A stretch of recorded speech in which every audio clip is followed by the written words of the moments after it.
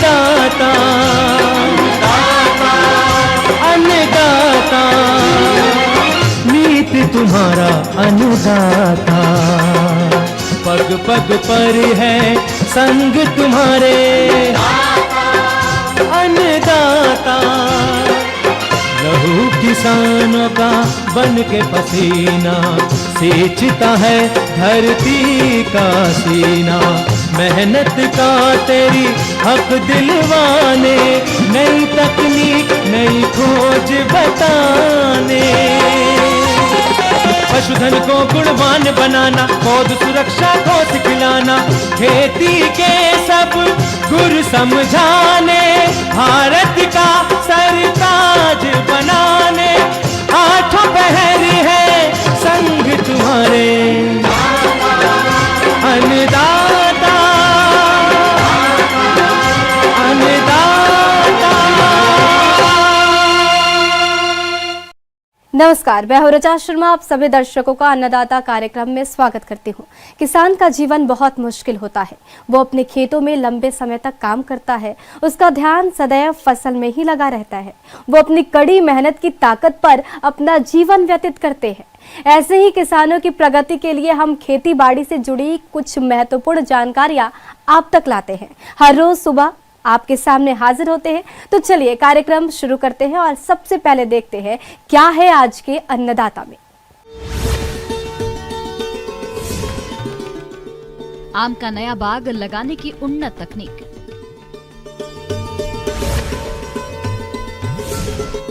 Poly house में gerbera फूल की खेती करके कमाए अच्छा लाभ।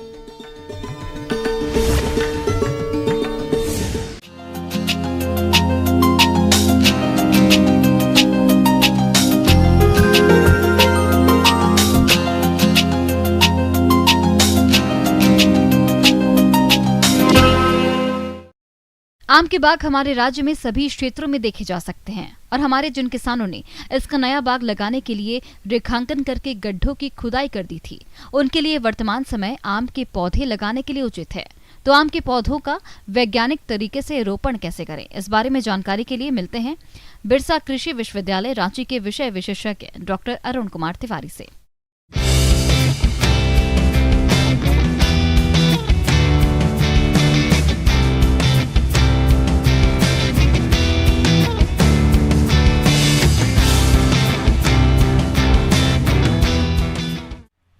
आप फलों का राजा आम की बात करने वाले हैं। आम के बगीचा लगाना, बगीचा लगा हुआ है, उसकी देखभाल कैसे करनी है, इसकी बात करने वाले हैं। आम की बागबानी करीब करीब सभी प्रकार की मिट्टी में की जा सकती है, परंतु कंकरीली, पथरीली, बलुई, छारी एवं जल जमाव वाली भूमि का चयन नहीं करना चाहिए। इसके लिए दोमट एवं गहरी भूमि जिसका पीएच मान 5.5 से 7.5 के मध्य हो उपयुक्त मानी जाती है। अप्रैल मई में खेत की गहरी जुताई कर 10-15 दिन के लिए छोड़ देते हैं। इससे खेत के कीड़े मकोड़े मर जाते हैं। फिर खेत को समतल करके पौधे से पौधा एवं कतार से कतार की दूरी अनुसार रेखांकन कर लेना चाहिए कि कम से कम जमीन का उपयोग करते हुए ज़्यादा से ज़्यादा पौधे लगा करके उससे आमदनी ज़्यादा से ज़्यादा ली जाए। इसी को हम कहते हैं सघन खेती। जो पौधे से पौधे की दूरी और लाइन से लाइन की दूरी है उसको घटा दें, पौधे को नज़दीक रखें और उसमें ज़्यादा से ज़्यादा फल लेने की कोशिश करें। तो जब नज़दीक रखेंगे तो उसको जगह की भी तो कमी हो जाएगी। आम को तो जगह चाहिए। एरियल पार्ट, हवा में जो जगह होती है जो लेगा वो कैनोपी उसकी जो जाएगी, पत्ती शाखा वगैरह जो फैलेगी, तो उसको तो फैलने के लिए भी जगह चाहिए। तो हम कहते हैं कि नहीं, उनको खाद पानी वगैरह हम सब ठीक से देंगे, हमको फलने के लिए शाखाएं भी लगभग उतनी या उससे ज़्यादा देंगे, लेकिन जगह कम से कम लेंगे। मतलब कम से कम जगह देते हुए हम ज़्यादा से ज़्यादा फल लेंगे। तो इसके लिए हमको क्या करना होगा? हमको निश्चित रूप से उसको मैनेज करना पड़ेगा। उसकी शाखा को, उसकी पत्तियां को, उसके फूल को, उसके फल का विशेष ध्यान रखना पड़ेगा। हमें कोशिश करनी होगी कि फूल ज़्यादा से ज़्यादा आए। जो भी फूल आया उसमें फल लग रहा हो तो फल न झड़े, वो भी ज़्यादा से ज़्यादा रहे, फल की गुणवत्ता अच्छी हो। ऐसा पौधा लगाएं, चूँकि जगह कम लेनी है तो ऐसा किस्म का पौधा लगाएं जिसमें जो जगह कम लेता हो, मतलब जिसकी विशाल वृक्ष नहीं होता हो जिसका आकार। सघन बागबानी के तहत अगर किस्मों की बात करें तो अमरपाली, दशहरी, मालदा दशहरी, गुलाब खास आदि किस्मों का चयन कर सकते हैं। अमरपाली किस्म के पौधे बौने तथा नियमित फलन देते हैं। उत्तर भारत में ये संकर किस्म अधिक बौनी होने के कारण सघन बागबानी हेतु अत्यंत उपयुक्त है। यह किस्म देर से पकती है। तो पहले खाद देना, जब आपको सघन खेती करनी हो, आम की बागवानी करनी हो, तब उस समय हम कहते हैं कि 1 मीटर लंबा, 1 मीटर चौड़ा और 1 मीटर गहरा गड्ढा खोदना होगा। जो गड्ढा से गड्ढा की दूरी होगी वो आप पे निर्भर करता है कितना मैनेज कर पा रहे हैं। आप 3 मीटर पौधा से पौधा की दूरी और लाइन से लाइन की दूरी रख सकते हैं। तो गड्ढा से गड्ढा का आकार हो गया। अब जो है गड्ढे में, हर एक गड्ढे में 10 किलो गोबर की सड़ी हुई खाद, करीब करीब नाइट्रोजन रहेगा 100 ग्राम पर गड्ढा, प्रति गड्ढा 100 ग्राम, फास्फोरस रहेगा 60 ग्राम प्रति गड्ढा और पोटास रहेगा करीब करीब 90 ग्राम प्रति गड्ढा। ऐसे इसके हिसाब से लेकर के हम गड्ढा को भरेंगे। पौधा रोपण करना हो तो उससे 1 महीना पहले आपको गड्ढा खोद के छोड़ देना है, ताकि उसमें कीड़े मकोड़े या कोई बीमारियां के अंडे वगैरह हो तो वो मर जाएं। वर्षा काल के प्रारंभ में रोपण कार्य करना चाहिए। बाग लगाने के लिए पौधाशाला से लाए जाने वाले पौधों को मिट्टी समेत चारों ओर से अच्छी तरह खोदकर निकालना चाहिए, जिससे जड़ों को कम से कम नुकसान पहुंचे। पौधों को पूर्व चिन्हित गड्ढों के बीचों बीच पिंडी के बराबर गड्ढा खोदकर उसमें रोपित कर देना चाहिए तथा आसपास की मिट्टी को अच्छी तरह दबा देना चाहिए। पौध लगाने के बाद उसके चारों ओर सिंचाई के लिए थाली बना देना चाहिए। और सघन बागवानी में हम कहते हैं कि जो आप जो नाला से पटा रहे थे ना, हम रिकमेंड करेंगे कि नहीं, टपक सिंचाई की व्यवस्था रखिए। तो टपक सिंचाई की व्यवस्था रखने से ये होगा कि जब आप चाहेंगे पानी देंगे, और पानी के में घोल करके हम आजकल खाद भी देने लगे हैं, तो खाद पानी सुनिश्चित हो जाएगी और जब चाहेंगे तब हम पानी देंगे। तो ये कर लीजिए। अब है कि जैसे मान लीजिए आपका सघन बागवानी आप लगा चुके हैं, 1 साल का पौधा हो गया है, तो 1 साल का जब पौधा हो गया है तो वैसे किसान के लिए भी ये जानकारी उपयोगी होगी जो सघन बागवानी लगा चुके हैं और उनको उसकी देखरेख करनी है। तो हम कहते हैं कि आपको पौधा का आकार को कंट्रोल करना है ना, वो तो बहुत बड़ा आकार का हो सकता है। तो उसमें हम क्या करते हैं कि ट्रेनिंग और प्रूनिंग करते हैं। जो सूखी हुई डालियां हैं उसको हम ठीक से काट छांट लेते हैं, और जो फालतू के तनाएं हैं, शाखाएं हैं, उसको भी छांटते हैं, ताकि हमको जो फल देने वाली शाखाएं हैं वो हमको ज़्यादा से ज़्यादा रहे हमारे पास।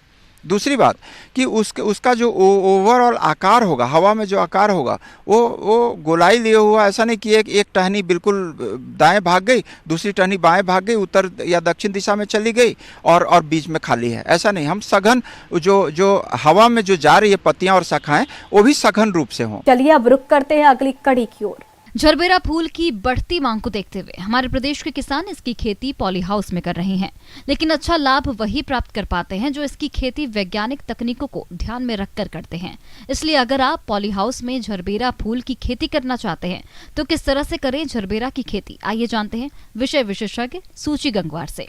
अगर हम झरबेरा की बात करें तो झरबेरा एक फूल का नाम है। इसको हम विंटर सीजन में तो ओपन फील्ड में कुछ समय के लिए लगा सकते हैं, परंतु कोई किसान भाई इसको व्यावसायिक तौर पर लगाना चाह रहा है तो ये आपका झरबेरा आपका पॉली हाउस और शेडनेट हाउस में ही पॉसिबल है। इसमें किसान भाइयों अब सबसे पहले हम बात करते हैं पॉली हाउस की तैयारी की। इसमें बेड की तैयारी करने का बहुत ही एक हमें देख के करना पड़ेगा। इसमें कम से कम आपकी हाइट जो है वो कम से कम 50 सेंटीमीटर आपकी हाइट होनी चाहिए बेड की। उसके बाद आप इसका नीचे का बॉटम विड्थ है वो आपका 80 से 90 सेंटीमीटर होना चाहिए, और इसका बेड का टॉप विड्थ है जो आपका 60 सेंटीमीटर होना चाहिए। बेड के बीच की जो दूरी है वो 30 से 40 सेंटीमीटर की होनी चाहिए। अब इसके ऊपर हम जो है ड्रिप इरिगेशन का इस्तेमाल करेंगे। अब हम ड्रिप इरिगेशन बिछा के इसमें भी जो प्लांट की जो दूरी होती है वो 30 से 30 सेंटीमीटर होती है, और कतार से कतार की दूरी भी 30 से 30 सेंटीमीटर होती है। किसान भाइयों, झरबेरा की फसल में गुणवत्ता युक्त अधिक फूलों की प्राप्ति के लिए आप फसल में पोषक तत्व प्रबंधन करते हुए सिंचाई और खरपतवार नियंत्रण कैसे करें, आइए वो भी जानते हैं। फर्टिलाइज़र चूँकि हम सिंगल सुपर फास्फेट और मैग्नीशियम सल्फेट शुरू में इस्तेमाल कर चुके हैं, अब इसमें 3 वीक तक हमको कोई भी फर्टिलाइज़र देने की ज़रूरत नहीं पड़ेगी, क्योंकि हम इसमें ड्रिप इरिगेशन का इस्तेमाल करते हैं। तो 3 वीक के बाद ही हमको फर्टिगेशन देना पड़ेगा। फिर आपके पास जो भी वाटर सोल्यूबल फर्टिलाइज़र हो, जैसे 19-19-19, 12-61, 13-45, 00-50, जो भी आपके पास हो, 18-18-18, उसको हम जो है वो फर्टिगेशन के थ्रू जो है आपका डेली इंटरवल बेस पे या फिर वीक में 2 बार हम इसको फर्टिगेशन के थ्रू देंगे। पानी की इसमें ज़रूरत बहुत पड़ती है। पर डे आप पर प्लांट 700 ml जो वाटर जो है पानी की रिक्वायरमेंट एक पौधे को होती है। तो हमको जो भी आपका ड्रिप इरिगेशन का डिस्चार्ज हो उसके हिसाब से हमको पानी देना है। पर दिन में हमको 20 से 25 लीटर जो है अगर हम ड्रिप इरिगेशन चला दें तो वो पर्याप्त रहेगा। पर ज़रूरत से ज़्यादा पानी ना चलाएं, क्योंकि पॉली हाउस के अंदर ज़रा सा भी ह्यूमिडिटी अगर बढ़ गई तो इसमें इन्फेक्शन जो है पौधों को ज़्यादा रहेगा। पौधों की अगर हम फूलों की बात करें तो 70 से 80% ह्यूमिडिटी अंदर होना चाहिए, ये इसके लिए पर्याप्त रहता है। और टेम्परेचर की अगर हम बात करें तो दिन का टेम्परेचर 22 से 25 डिग्री सेंटीग्रेड और नाइट का टेम्परेचर आपका 20 से 22 डिग्री सेंटीग्रेड जो है इसका होना चाहिए। अब हम इसमें बात करें वीडिंग की। वीडिंग अगर आपके वेट के ऊपर कुछ आ जाए तो हम हाथ के थ्रू करेंगे, कोई केमिकल का स्प्रे इसमें ना कर रहे हैं, लेवर के द्वारा इसको हाथ से ही निंदाई गुड़ाई करवाएं। इससे क्या होगा, निंदाई गुड़ाई से आपके बेड पे जो है एरेशन भी अच्छा होगा और पौधों की जड़ों का में अच्छी उसमें हवा जाएगी। किसान भाइयों, झरबेरा की फसल से अधिक फूलों की प्राप्ति के लिए आप फसल में कीट और रोगों की पहचान करके नियंत्रण कैसे करें, आइए जानते हैं। अब हम इसमें कुछ इंसेक्ट की बात करें। अब चूँकि हम ये पॉली हाउस के अंदर ले रहे हैं तो इसमें साइड में आपका इंसेक्ट प्रूफ नेट लगा रहता है, तो इसमें ज़्यादा बीमार कीड़ों की संभावना नहीं रहती है। परंतु क्या होता है, कभी कभी टेम्परेचर और ह्यूमिडिटी ज़्यादा हो जाने से इनकी जो है ज़्यादा जो है इन्फेक्शन हो जाता है। अब इसमें सफ़ेद मक्खी आती है जो क्या करती है, रस चूसक कीट है, आपके रस चूसती है पत्तियों का, फूलों का। तो इससे क्या होता है, आपके फूलों की क्वालिटी बहुत ख़राब होगी और प्रकाश संश्लेषण की क्रिया जो है बाधित हो जाती है पौधों की। तो इसके लिए इमिडाक्लोपरिड की दवाई होती है, वो 1 ml दवा पर लीटर पानी में डाल के हम स्प्रे कर सकते हैं। इसमें माइट का प्रकोप ज़्यादा होता है, माइट के लिए भी ओमाइट नाम की एक दवा आती है, तो उसको 1 ml पर लीटर पानी में डाल के हम इसमें स्प्रे कर सकते हैं। लीफ माइनर का प्रकोप ज़्यादा होता है झरबेरा के पौधों में, तो उसके लिए नीम तेल का भी इस्तेमाल कर सकते हैं या क्लोरोपाइरीफास का इस्तेमाल करते हैं। नीम तेल के लिए हम 5 ml जो दवाई है पर लीटर पानी में डाल के स्प्रे कर सकते हैं और क्लोरोपाइरीफास की जो मात्रा है वो 1 ml मात्रा पानी में डाल के जो इसमें स्प्रे कर सकते हैं। अब इसमें जो थ्रिप्स भी आता है, थ्रिप्स के लिए भी जो हम इमिडाक्लोपरिड या थायोमिथाक्साम नाम की दवा होती है उसकी 1 ग्राम जो मात्रा है पर लीटर पानी में डाल के हम स्प्रे कर सकते हैं। अब हम इसमें बीमारियों की कुछ बात कर लें तो बीमारियों में जो है इसमें रूट रोड बीमारी आती है, तो उसके लिए भी हम कोई फंजिसाइड का इस्तेमाल जो है कर सकते हैं। तो इसके लिए हम कार्बनडाजिम जो है 2 ग्राम पर लीटर पानी में डाल के स्प्रे कर सकते हैं। पाउडरी मिल्ड्यू भी आता है।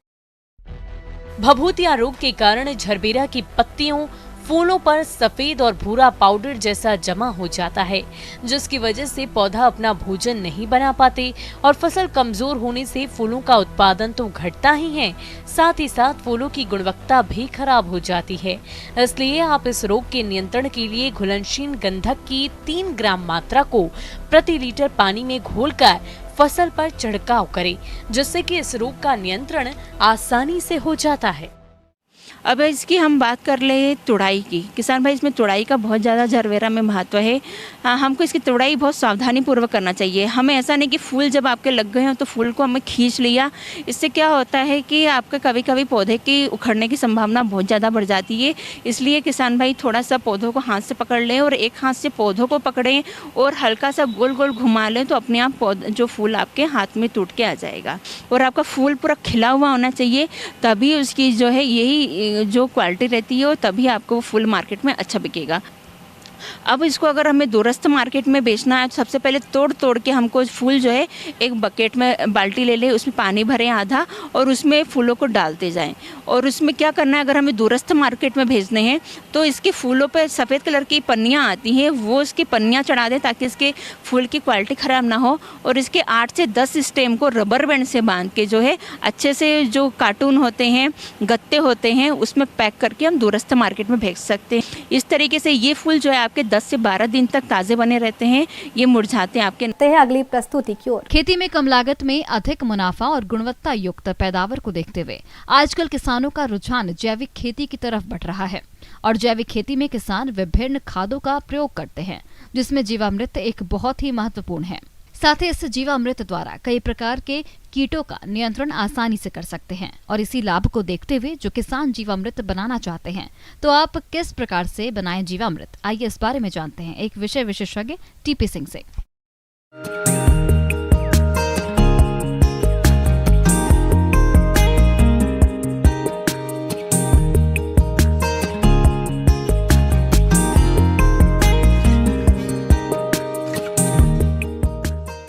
जैविक खेती में आप किसान बंधुओं सबसे ज़्यादा आप सुनते हैं जीवामृत। जीवामृत का उपयोग जो है जैविक खेती में अनिवार्य है। परंपरागत खेती में, प्राकृतिक खेती में सबसे ज़्यादा जीवामृत का उपयोग किया जाता है। जीवामृत का मतलब ही हुआ मृदा से संबंधित जो जीव है, सॉइल ऑर्गेनिज्म है, अपने जीवन को अच्छे से जो है आसान महसूस करे उस मिट्टी में, उस जो है सामग्री में, वह जो है जीवामृत है। किसान भाइयों, जीवामृत एक अत्यधिक प्रभावशाली जैविक खाद है। जीवामृत का उपयोग फसलों के लिए वरदान है। इसे किसान अपने स्तर पर आसानी से बनाकर फसलों में उपयोग कर सकते हैं। इसको आप बनाने के लिए बहुत सा ही आसान तरीका है।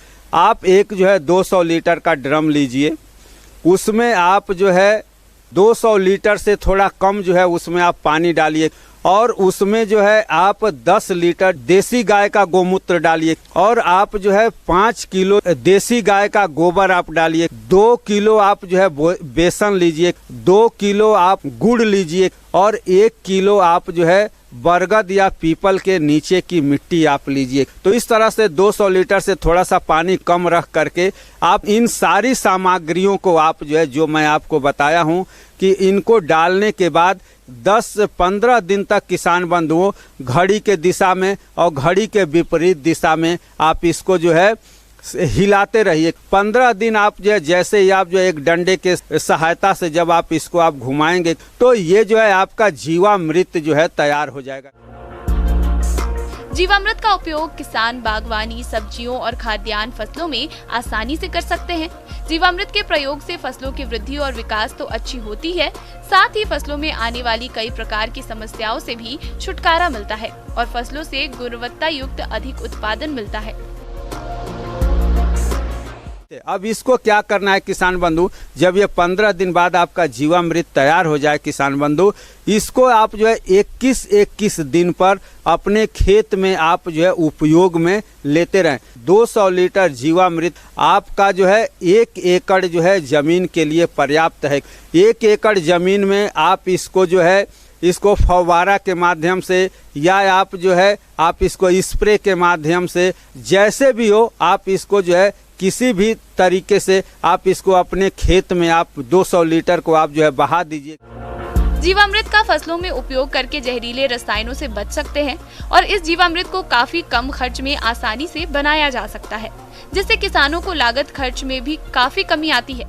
तो ये क्या करेगा, जमीन में जो है जीवों को रहने का एक वातावरण जो है, जो जमीन से संबंधित लाभदायक जीव हैं उनको जमीन में जो है रहने का एक वातावरण जो है तैयार करेगा और ये जीवामृत आपके जमीन की जो है उपजाऊ क्षमता को ये बढ़ाएगा, जिसको आप जो है कार्बनिक पदार्थ कहते हैं। कार्बनिक पदार्थ की मात्रा को आपके जमीन में बढ़ा देगा। तो इससे यदि हम जो है 21-21 दिन पर यदि हम जीवामृत का उपयोग करते हैं तो हमारी जमीन की जो उर्वरा शक्ति है वो बढ़ जाती है और इसको जो है तैयार करना आसान है किसान बंधु। तो इसको यदि आप तैयार करके इस जीवामृत में जो जो मैं सामग्री बताया हूँ, ये अपने जमीन के लिए अमृत है। यदि आप अपने जमीन को बचाना चाहते हैं, यदि आप अपनी जमीन में कार्बनिक पदार्थ की मात्रा बढ़ाना चाहते हैं तो जैविक खेती में, परंपरागत खेती में, प्राकृतिक खेती में ये आपको जीवामृत का उपयोग करना चाहिए।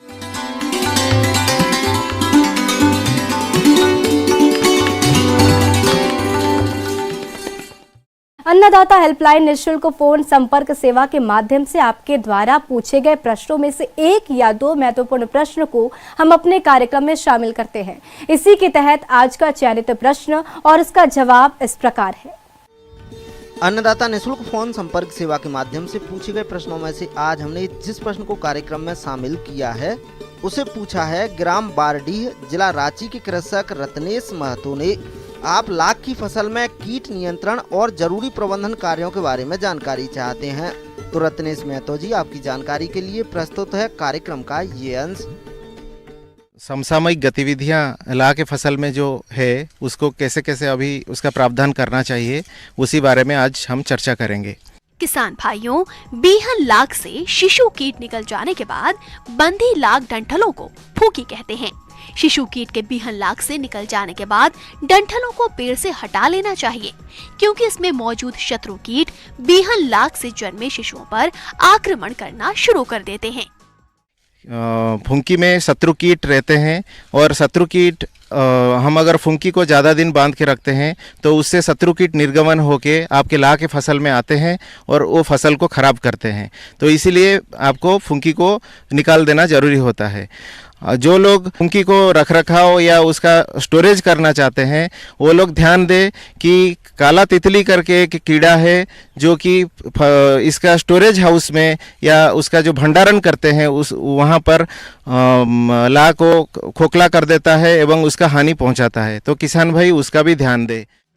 किसान भाइयों, पौधों पर लाख कीट छोड़ने के 1 महीने बाद और फूंकी उतारने के 1 हफ्ते बाद नुकसानदायक कीटों का प्रकोप होने लगता है। लाख कीट के दुश्मन कीट जैसे काली तितली, सफेद तितली और क्रोइसोपा द्वारा लाख की फसल को भारी नुकसान पहुंचाया जाता है, जिसके कारण लाख के उत्पादन में भारी कमी आती है। इसके अलावा लाख को फफूंदी द्वारा भी नुकसान होता है, इसलिए आप इनका समय रहते नियंत्रण जरूर करें।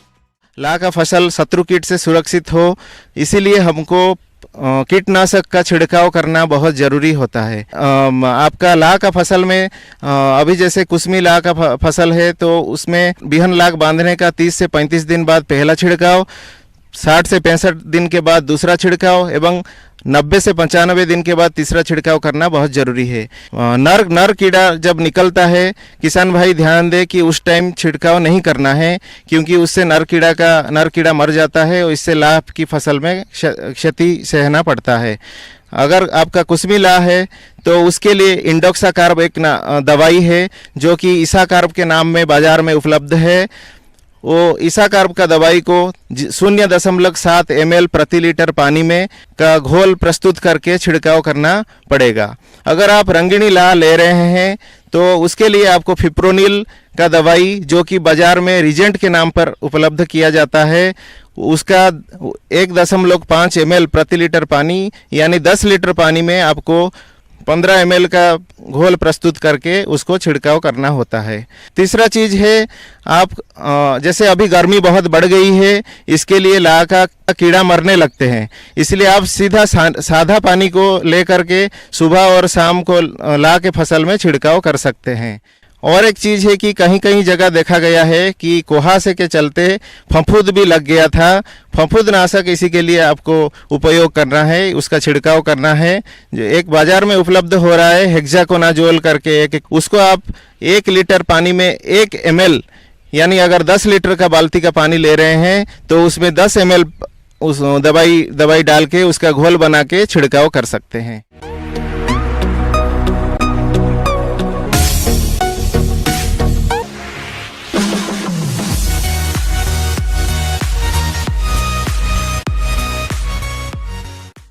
आइए अब एक नजर डालते हैं राज्य के कुछ चुनी हुई मंडियों के प्रमुख फसलों के बाजार भाव पर।